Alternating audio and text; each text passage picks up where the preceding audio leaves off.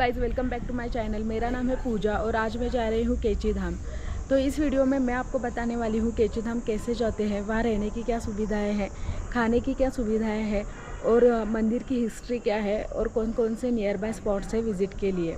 तो ये सब जानने के लिए ये वीडियो एंड तक देखना और चैनल पर फर्स्ट टाइम आए हो तो चैनल को सब्सक्राइब ज़रूर करना।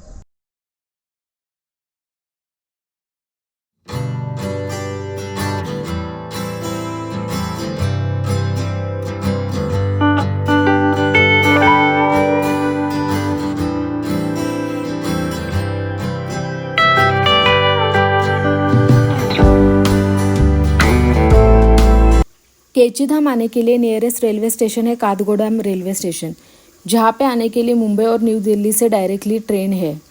काठगोदाम से केची धाम जाने के लिए आपको शटर सेवा भी मिल जाएगी, जिसका प्राइस है 170 रुपीज़ पर पर्सन। आप शेयरिंग भी कैब कर सकते हो, जिसका प्राइस है 200 रुपीज़ पर पर्सन। और अगर आपको प्राइवेट टैक्सी करनी है तो उसका चार्ज है 2000 रुपीज़। अगर आपको बस से आना है तो काठगोदाम बस स्टैंड से केची धाम जाने के लिए प्राइस है 85 रुपीज़ पर पर्सन। बाय फ्लाइट केची धाम आने के लिए नियरेस्ट एयरपोर्ट है पंतनगर एयरपोर्ट, वहाँ से आप डायरेक्टली कैब करके भी केची धाम पहुँच सकते हो। काफ़ी लोग नैनीताल घूमने आते हैं और वहीं से केची धाम आते हैं। नैनीताल से 20 किलोमीटर की दूरी पे है केची धाम आश्रम। नैनीताल के तल्लीताल बस स्टैंड से शेयरिंग और प्राइवेट कैब मिल जाती है, साथ ही साथ बस के ऑप्शन भी है। शेयरिंग कैब के चार्जेस है 100 रुपीज़ पर पर्सन और बस के चार्जेस है 40 रुपीज़ पर पर्सन। आप प्राइवेट व्हीकल से भी केची धाम आ सकते हो। यहाँ पे पार्किंग फैसिलिटी इजीली अवेलेबल है। सो गाइज मैं केची धाम पहुँच चुकी हूँ। अभी सुबह के 8 बजे है और मैं केची धाम पहुँच चुकी हूँ। तो अभी मैं अंदर जाके मंदिर से दर्शन लेके आती हूँ। इस जगह को केची धाम के नाम से जाना जाता है क्योंकि यहाँ पे जो वैली है वो केची की तरह क्रॉस होती है। बड़ी संख्या में नीम करोली बाबा के भक्त उन्हें महाराज जी के नाम से पुकारते हैं। उनका वास्तविक नाम लक्ष्मी नारायण शर्मा था। उत्तर प्रदेश के एक छोटे से गांव में उनका जन्म हुआ था। 17 वर्ष की उम्र में ही उन्हें ज्ञान की प्राप्ति हो गई थी। 11 वर्ष की उम्र में बाबा का विवाह हो गया था। 1958 में बाबा ने अपने घर को त्याग दिया और पूरे उत्तर भारत में साधुओं की भांति विचरण करने लगे थे। एक बार बाबा फर्स्ट क्लास कंपार्टमेंट में सफ़र कर रहे थे। जब टिकट चेकर आया तो बाबा के पास टिकट नहीं था। तब बाबा को अगले स्टेशन करौली में ट्रेन से उतार दिया गया। बाबा थोड़ी दूर पर अपना चिपटा धरती में बगाड़कर नीम के पेड़ के नीचे बैठ गए। ऑफिशियल्स ने ट्रेन को चलाने का ऑर्डर दिया और गार्ड ने भी हरी झंडी दिखा दी, परंतु ट्रेन 1 इंच भी अपनी जगह से नहीं हिली। लोकल मजिस्ट्रेट जो बाबा को जानता था, उसने ऑफिशियल्स को बाबा से माफ़ी मांगने और उन्हें सम्मानपूर्वक अंदर लाने को कहा। बाबा के ट्रेन में बैठते ही ट्रेन चल पड़ी। तभी से बाबा का नाम नीम करोली पड़ गया। बाबा नीम करोली जी ने इस आश्रम की स्थापना 15 जून 1964 में की थी। 15 जून को केची धाम में मेले का आयोजन होता है और यहाँ पर देश विदेश से बाबा नीम करोली के भक्त आते हैं।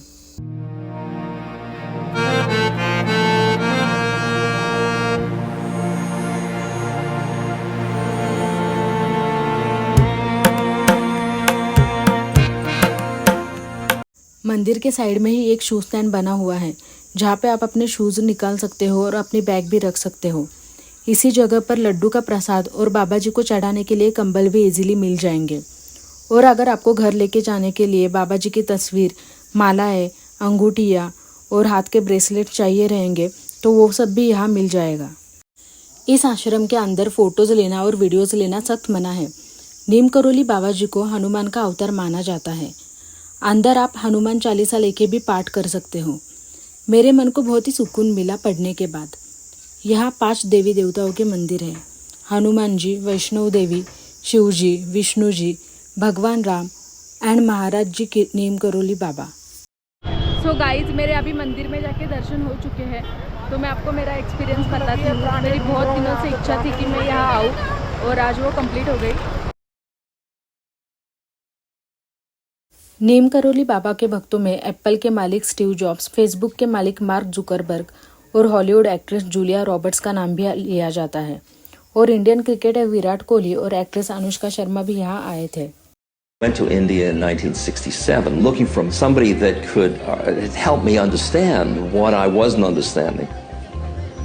After 6 months, And I thought, oh, this isn't going to work. I'm not meeting anybody that interesting, and what am I going to do now? I didn't like it. I didn't want to be there. I didn't believe in Hindu gurus. I thought the whole thing was day-glow paint and fluorescent lights and, calendar art. I was brought to this man at a point when I didn't even want to meet him. I just wanted to go home. He called me over and he sat me down and he said to me, "You were out under the stars last night." And I thought, yeah, I went out to go to the bathroom. And he said, "You were thinking about your mother. She died last year." Now, I'm a professor at Harvard, and my mind is starting to spin because how can he know this? I'm starting to get really paranoid. And all of this was in Hindi with a translator. And then he leaned forward and he said to me in English, "Spleen," which was the organ from which my mother died. They removed the spleen and she died. And when he did that, my mind couldn't handle it. There's no way that this man could know this. And my mind stopped. And I started to cry, and I cried for about 2 days. And I wasn't sad. I felt like he understood me to my deepest being, and he loved me. Richard 1967 में जब पहली बार भारत आए थे, तब वे England में मनोविज्ञान के professor थे। वे घातक नशे LSD के प्रभाव पर अध्ययन कर रहे थे।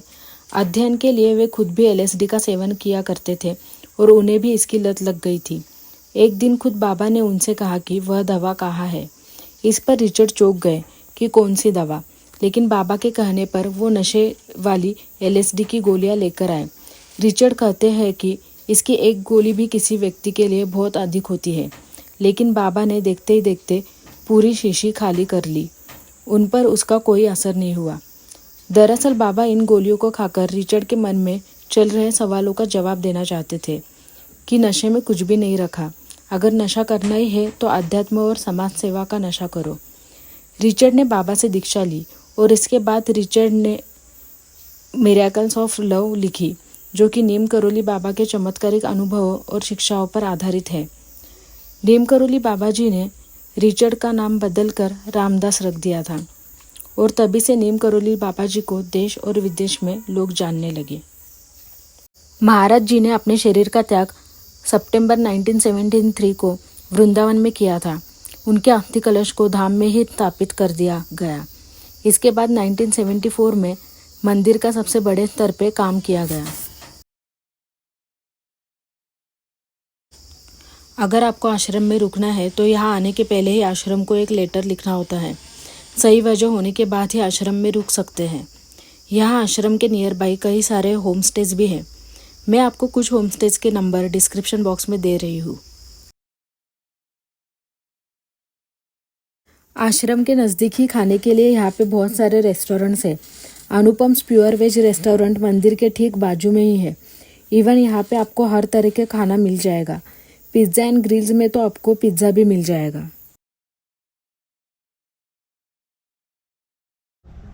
आई होप गाइज आपको ये कच्ची धाम का वीडियो अच्छा लगा रहेगा।